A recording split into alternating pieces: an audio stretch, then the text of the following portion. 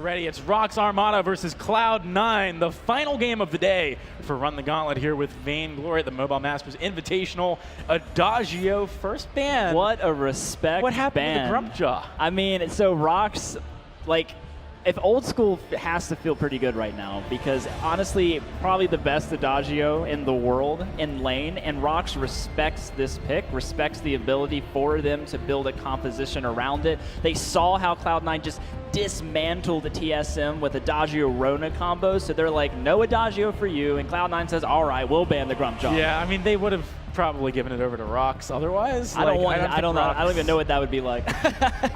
Mango on Grump Jaw. I don't think you pick Baron if Grump Jaw is available, to be honest, but you do pick it when it's up.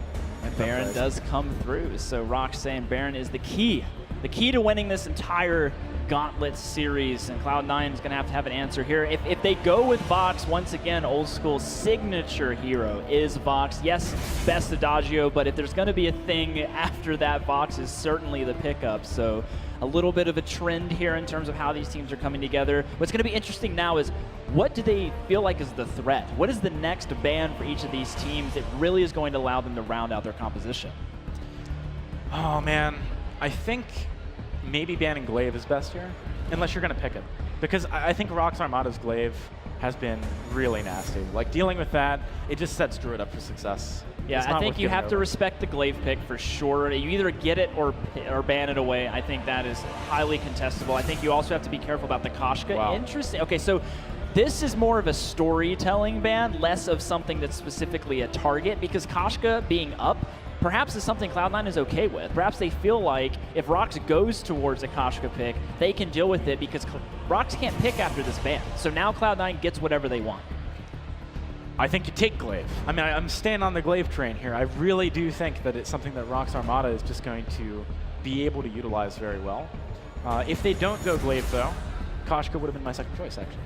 Koshka, I mean, I love Joseph, known for his Koshka play in North America, definitely one of the better Koshka players around. And one of the things that makes him so good at this hero is just he understands rotation and invade potential so well. Like, he plays so cleanly on his rotation and invades that he hardly ever gets caught out of position, and that's something you have to be good at as a Koshka player. But Rox now has to answer. They have to figure out how do we counter the early game aggression potential from I Love Joseph, and at the same time not let old school scale into a late game monster.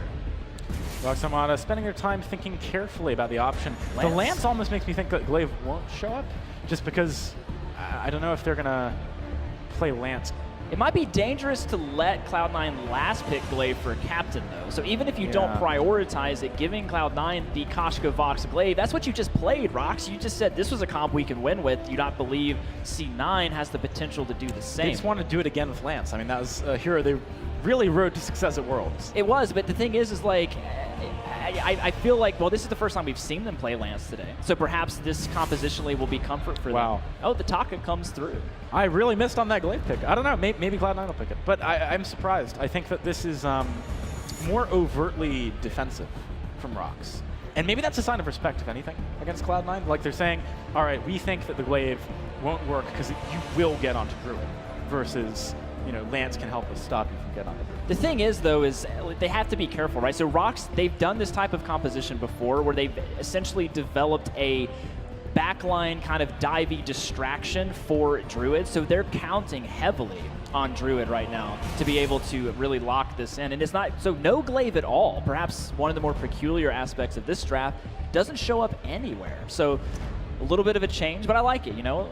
It's nice. It's the last game of the day. We get some stuff. Yeah. So I felt, and Genius playing almost a different captain per every game. He's only repeat Glaive once. That's pretty impressive. He wants to show that he's my repertoire. It's quite wide.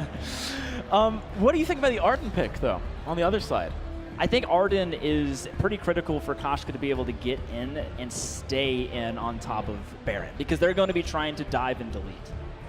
That's a good point. And also, the Gauntlet can certainly create a field which Taka has to think about, at the very least. Like, maybe you're kitening over a Gauntlet wall or something if you need to get out of it, but it does lock down your X-Retsu for a while. It certainly does. I mean, I think for Taka, this is just all about get to the back line, distract.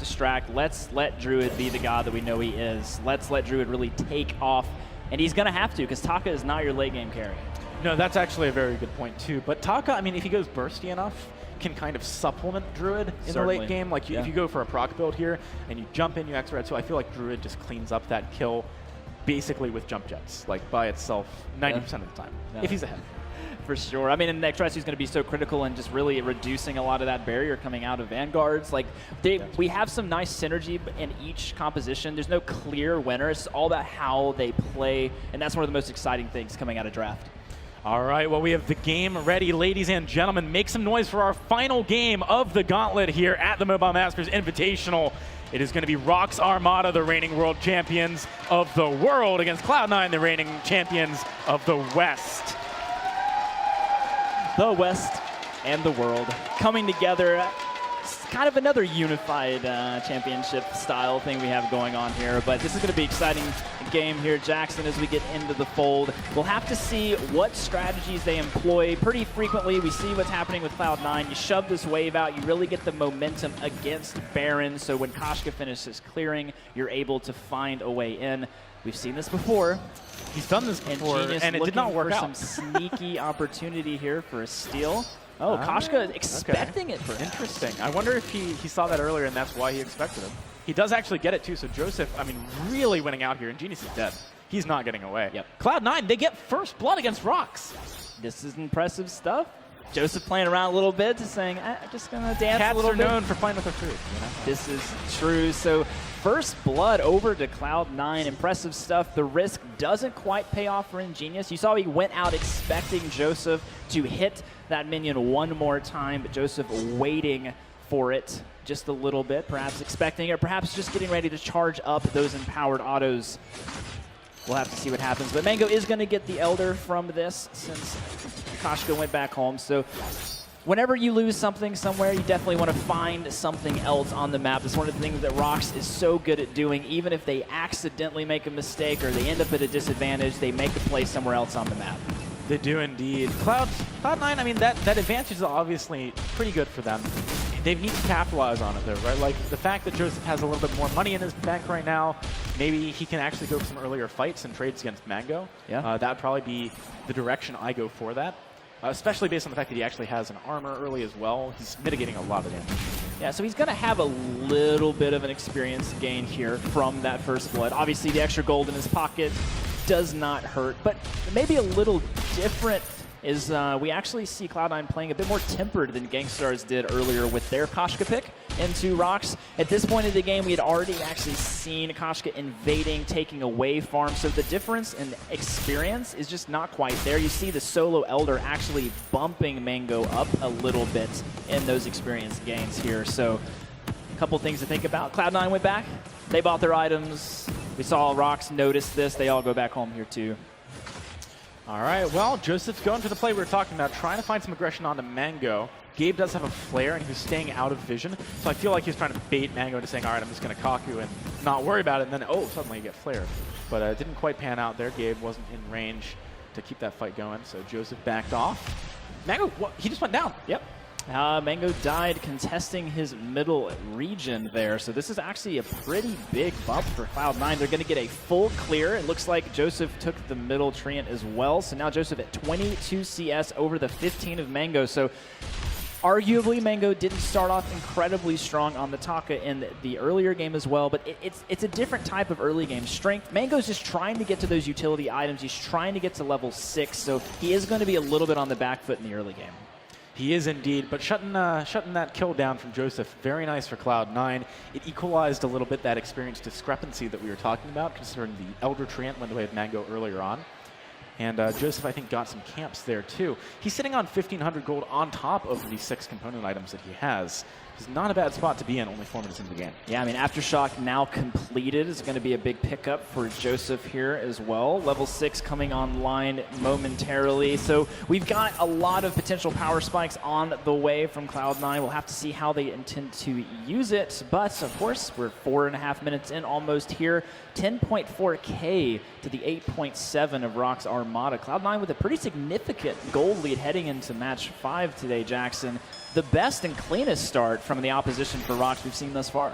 Oh, absolutely, and by quite a large margin, honestly. Cloud9 have got a good advantage here in the early game. They're trying to set the tempo a little bit. Ingenious going for perhaps a bold move to actually try and stun them up there, nearly falling as a result. Honestly, I don't know if that did as much as he would have liked.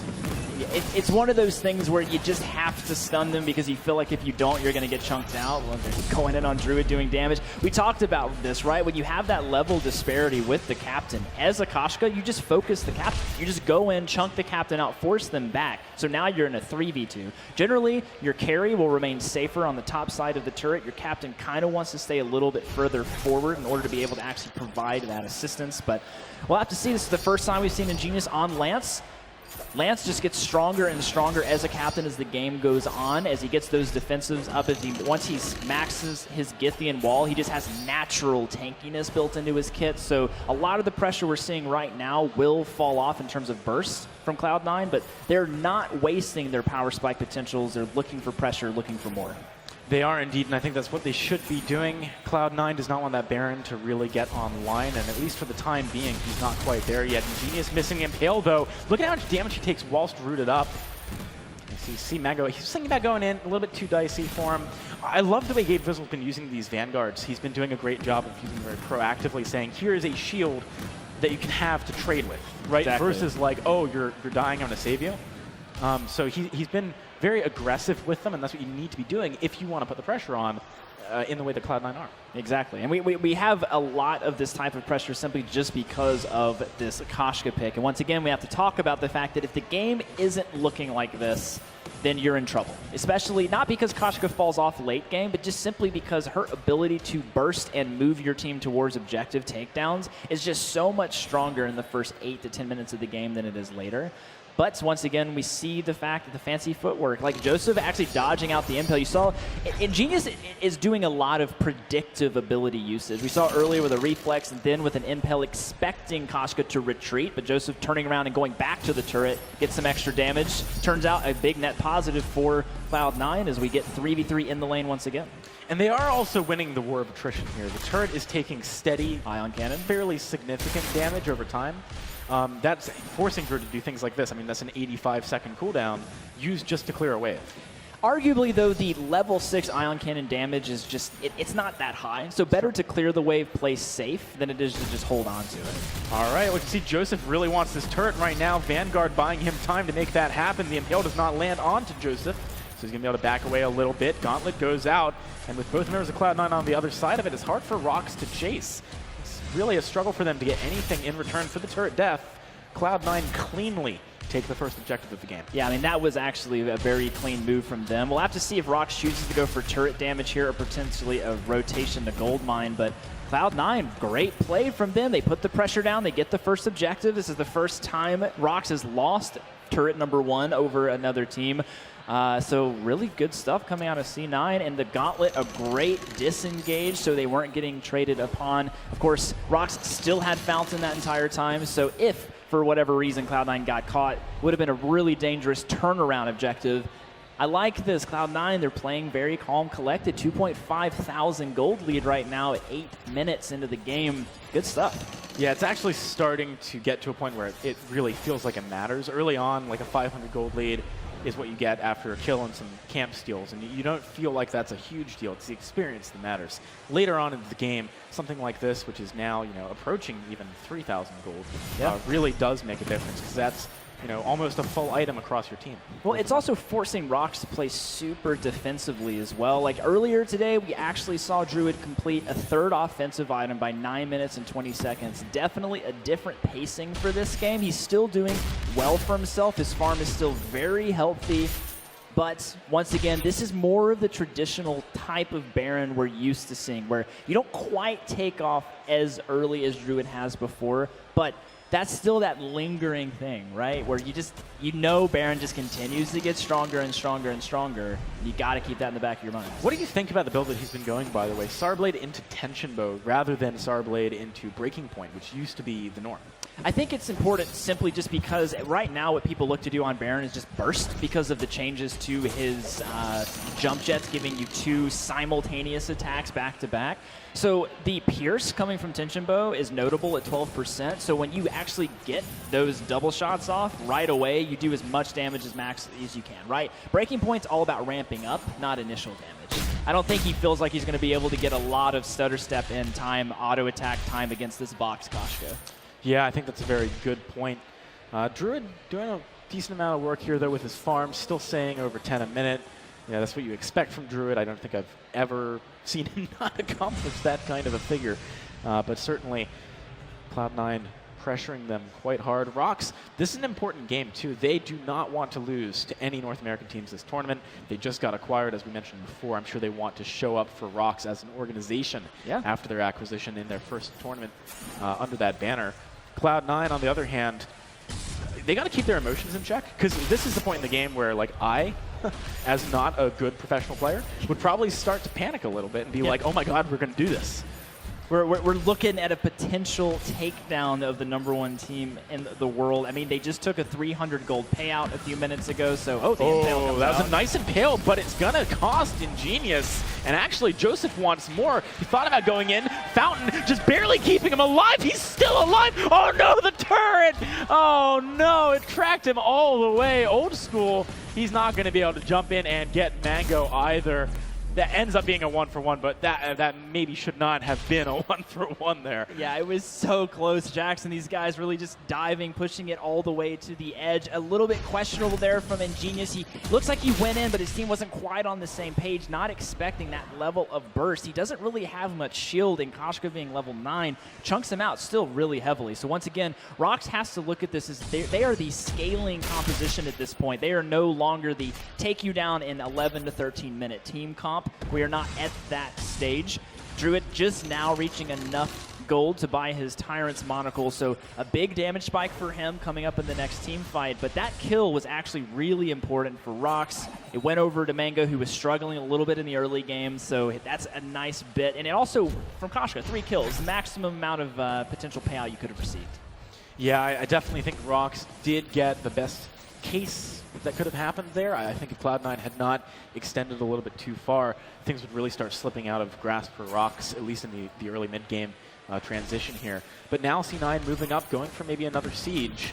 Rox Armada, they got to be careful about these engages. Ingenious may be showing perhaps some of his comparably inexperience because of the fact that he keeps going for these picks and they're not really working against Cloud9. Yeah, they're not. And I think this is just something where, Ingenious going into the jungle a little bit there, going to get chunked out once again. So has to be careful on this Lance when perhaps Rox just doesn't actually play from behind all that often. You know, it's one of these things where they're constantly at the top, but Cloud9 wanting to keep this pressure up, waiting for the jungle to spawn, waiting for the lane to push. This is another reason why I really like the Koshka Arden combination, is you have to force the Crucible as well as everyone having their own reflex blocks. So on the side of Rox, they have a little bit less damage than maybe they'd like, for example, on Mango. Yeah, exactly. Seeing more chunk coming out here as they go in. Probably not going to get a full-on team fight. Joseph does take quite a bit of damage, but we kind of see that maybe the issue Cloud9 has with this lead is they don't really have a siege composition, right? If they want to take the objective, they either have to get a pick or they're going to have to all-in commit with Gauntlet, Yummy Cat. Like, they have to go all or nothing. So because they don't really have poke, Rox is still getting a lot of time to farm and farm and farm, and this is dangerous because Druid is now on 1,800 gold, just bought another Lucky Strike. So Cloud9 still taking low-hanging fruit. They're going to get this gold mine payout here pretty cleanly, so I like what they're doing, trying to find the opportunities wherever they're at. If Druid just bought that Lucky Strike, he has a crit stored up too, so we might see him play around that, going for some burst on Old School. Yeah, he's got an infusion right now as well. Looking at this point, Rox knows that Cloud9 is going to be ready to dive. Like, once a couple of items come online, we have the BM, we have the infusion in the pocket for Joseph here. Old School's infusion's about to fall, but likely will repurchase. So in the next minute or so, we're probably going to be looking at a potential dive under this second turret. It's already half health, so any consistent damage that even pushes Rox back gives them the objective. They don't actually have to get kills. They just have to find damage onto one person on the Armada team in order to get the position on this objective. Ingenious just picked up a light armor and has War Treads finished now, so that's actually pretty big, I think. He's been dying too quickly in the last fights, and with the additional health from the War Treads and the additional mitigation from the armor on light armor, that's going to be massive against Old School, who's been bursting him down quite quickly. Yeah, I do think so as well. So once again, we just talk about this Rox. This is a scaling comp now, scaling. So Cloud9, they want to be able to do as much as they can in this early game. Ion Cannon being used once again to clear the minion wave. Well, here goes Gabe Vizzle. He's trying to set up this play for his team. Silence coming out, does actually land onto Druid. He's just going to be using that jump jets on the spot, trying to get some more attacks down. Overall, I mean, considering that was under a turret, the trade is even. Cloud9 is definitely getting the edge in a lot of these fights. Fountain even used on Ingenious. The Kraken has awakened, but meanwhile, we got this fight going on. Druid does get some nice splash damage onto the team there. Whoa, Old School nearly lands that bounce to kill Mango. Turret could go down on the next wave, but I think just rotating back, maybe taking vision in the jungle, yeah, safe up there. There's just not enough up for C9. Nobody feels really comfortable fighting without their Fountain now. Because of the splash damage that's coming out of Baron, if you fight without Fountain, it's very dangerous because people can just get picked off by accident. You could be going for one target, you run too close, take the splash damage, end up dead without even realizing it. But you saw what Cloud9's attempt there was under the turret. Gabe went in with Blood for Blood, got a triple Atlas off. They looked to do damage to the turret, just weren't quite able to find a kill to stick to that target. Druid now completing his Tornado Trigger. He is at the 4-item level 12 Baron that Cloud9 is now having to be concerned about.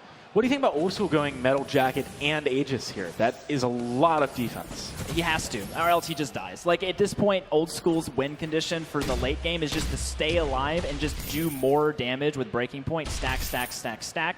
Here we go. It's going to be the Silence. Lands onto the front line. The turret falls as well. You can see that's all Cloud9 wanted. They just invested a little bit into it and managed to make it happen, but Old School gets burst down very low. Joseph tries to dive onto the backline, but he's actually followed by Mango. That buys Old School some time to maybe ramp up a little bit more. He's on the 9 Breaking Point stacks now. If he can manage to kite on backwards just a little bit more, this is going to turn badly for Rox, and he does manage to get that first kill onto Ingenious. Druid waiting in the wings, though. I don't know if you can do this. Druid's thinking about going in. He's got that perfect reset, but Old School, nice. Good thing he had that Metal Jacket. Yeah, Metal Jacket and the boot active available. A little bit of miscommunication there, perhaps from Rox Armada, something pretty rare for us to see, but we actually had more of like a 2v2 chase while Druid was getting the Treant. Just a little bit of timid play. Shiver Steel coming online for Gabe Vizzle, really going to lock down Mango once he dives to the back line. That's a pretty important pickup, perhaps undervalued many times against this kind of slippery composition, but I would say that Rox Armada right now, some of their weakest part of their team fight is just Ingenious not looking as strong on this Lance as he has earlier on other picks, so maybe that was Willie's pocket pick, his go-to, but Rox having a tough time playing around this hero right now. I feel like Mango is not having the same impact either. He's not consistently able to stick on Old School for pressure, and part of that is Old School's defensive itemization, but also part of that is, like, you know, we talked about Taka falling off a little bit later on. I think he needs to focus on, at this point, just being there mostly for Mortal Wounds utility and trying to target whoever Druid wants to burst so they can't sustain back up if it's like Old School with a Poison Shiv. Yeah. Or even Gabe Vizzle with his perk. But right now, needs to be careful right now. He's giving stacks to Old School. He's only level 10, very under-leveled at this moment. Old School might drop those stacks, though. Yeah, he just dropped them. Joseph does get knocked into the wall, silenced up a little bit as Druid on the backline is dived upon. He's got to be careful about walking that gauntlet. He just turns around, though. Druid, he might be able to set this kill up onto Gabe Vizzle. He's looking for it. Old School thinking about going back in, though. He's got a lot of damage right now. 10 Breaking Point stacks. If he keeps on going in, he might be able to find Double impale. Ingenious. He finds the crowd control. Old School, he wants the turn. He's not going to be able to, though. The Sentry doing some serious work. Gabe Vizzle lives with 1 hit left. Wow, that was close. Rox, I mean, 1 more attack from anyone would have killed Gabe. 2 more would have killed Old School. Oh my goodness. So close. That was such a close team fight, and perhaps a bit of decision misplay from Rox. Just, they're not fully infused, and Cloud9 is. Like, you can't keep taking a fight at a disadvantage like that. You need to get infusions on all your players. Ingenious actually coming up huge in that team fight. He got a Githian Wall stun on Joseph right before Joseph would have killed Druid, allowed Druid to turn around, get the damage down. He also gets another Githian Wall at the end, double impale. So Ingenious really stepping up there, but once again, the impact from Mango on this Taka, just not really feeling it quite yet, not being able to find the target. Metal Jacket, Atlas, double Atlas, like Cloud9's composition is built to shut down a Baron right now. And it's working very well. But Druid, I mean, you got to give him so much props. The mechanical plays this guy makes, even in bad situations, are amazing. He just stood his ground, didn't even have a moment where he like turned and wasted auto attack time to avoid that gauntlet. He just knew exactly what he needed to do. Genius tries to go in here, even thinking about unleashing the Kraken with the steal, does not do it. Nice job with the reflex block. That's actually a lot of ultimates burned from Cloud9. We could have a fight here. Druid is on the back line doing so much work right now, but he needs to be very careful because Old School is ramping up on the other side. This fight looks like Druid could do some work in the short term, but later on, he would have had to go against Old School with like full stacks on breaking point. Yeah, I mean, this build coming out of Vox right now is simply just that. He stacks, he dodges, he dives around the front line of Lance and Taka, gets a lot of stacks and looks to transition that power back to the back line for Baron. But with this Kraken push, this is going to be a choke point turret for sure. We'll have to see if Cloud9 can get more, but Rox Armada continuing to be on the back foot, not getting any team fight that they really want. Fuji, we could be watching, you know, some serious history being made here as Cloud9 are doing fantastically against Rox Armada right now. Yes, Rox could come back. They've certainly got a composition with that Baron that can do well in the later stages of the game, but Kraken's still over half health after that first turret. Yeah, with no gauntlet available for Gabe Vizzle, not going to go in for more, just using the Kraken to get the guaranteed choke point turret down. Once again, we talked a little bit about this. Cloud9 don't have the greatest siege composition, but one team fight win for Rox Armada is going to probably mean 2 to 3 turrets being taken down. That's a lot of gold on the map we're still looking at. Druid like 3 shots turrets at this point. I like the Slumbering Husk pickup on Joseph, actually. If he jumps in and Druid tries to turn around and burst with the Tension Bro and crits, a lot of that damage is going to be just totally mitigated.